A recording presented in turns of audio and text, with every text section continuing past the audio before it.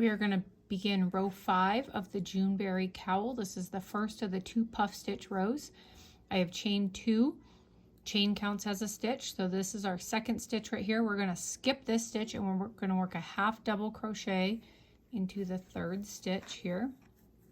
So a half double crochet, and then we're going to work our puff stitch in the stitch before the half double crochet. So we're going to yarn over and we're going to do a 5-stranded puff stitch. So 1, 2, 3, 4, 5. This will give us 11 loops on our hook. We're going to yarn over, we're going to pull through all the loops, and we're going to yarn over and pull through the 1 to close our puff stitch.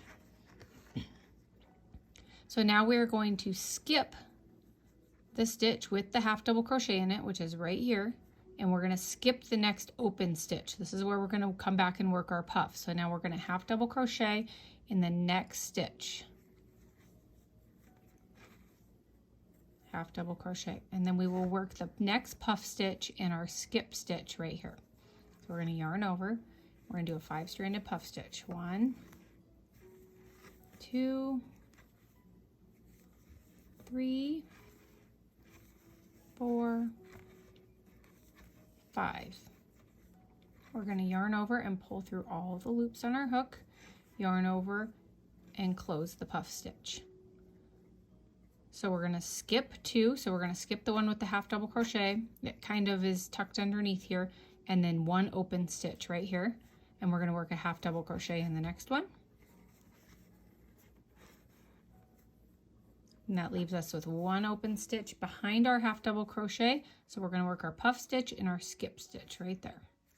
We're going to continue this all the way across, and we should have 45 puff stitches. If you have extended or shortened your cowl, you will have 1 puff stitch for every 2 stitches. And then you have your half double crochet on the end, and you will end with a half double crochet. So you will have, per the pattern, you will have 45 puff stitches plus 1 on each end.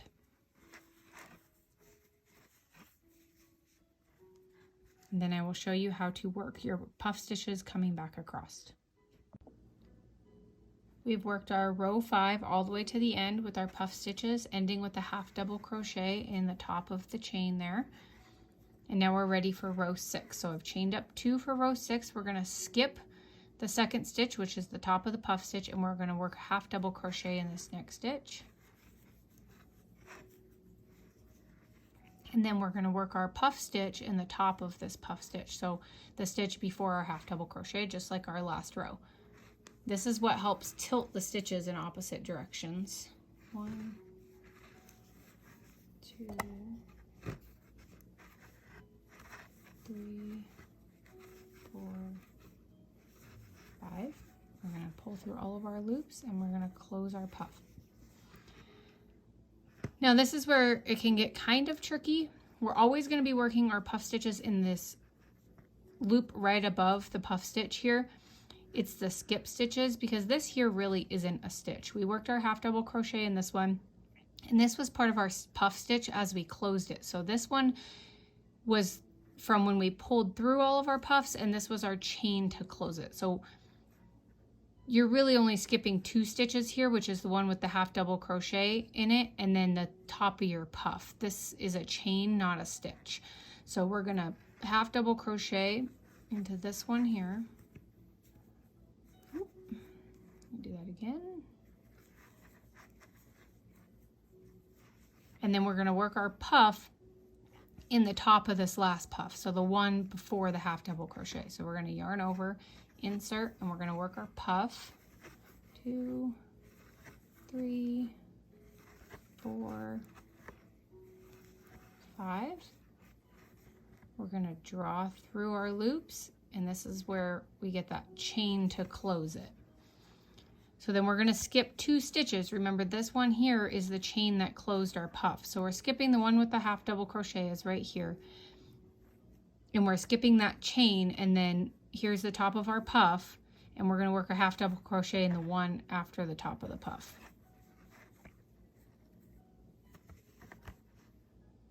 Like so. And then we're going to work our puff in the top of this puff from the last round, or row, right there, over the top of that half double crochet. And what this is doing by skipping and working that half double crochet and then working it back across, that is what is tilting our puffs in opposite directions to give it a braided look. So your row 5 puff should be going angling this way, and your row 6 puffs should be angling back the opposite direction. Each puff is worked in the top of the puffs from the round before, so you will end up with another 45 puffs in row 6. So we've completed row 6, and now we're on to row 7. I've chained up 3. We're going to start by double crocheting in the second stitch, which is the top of our puff stitch from the last row. And then we're going to double crochet in the same stitch that we were placing the half double crochet in the row before. Now this stitch right here is the chain from closing the puff stitch. So we're going to skip the chain, and then we're going to work a double crochet into the top of the puff stitch and a double crochet into the next stitch, which was our half double crochet from the last round or row. So we're going to have 2 double crochets for every puff. Remember, we had 45 puff stitches, so 2 double crochets for every puff is going to get us back up to 90 stitches. And then we have our chain counts as a stitch, and our double crochet on the end will give us 92 stitches. So we're going to skip this chain right here, because when we created this puff, we almost created 2 stitches, or what looks to be 2 stitches per puff, because we yarned over and pulled through. That's this one here, and then we closed it by a chain. So we're going to be skipping this chain, and we're going to double crochet in the top of the puff, and then double crochet in the next stitch. And we're going to do this all the way across, and we're going to get back to our 92 stitches.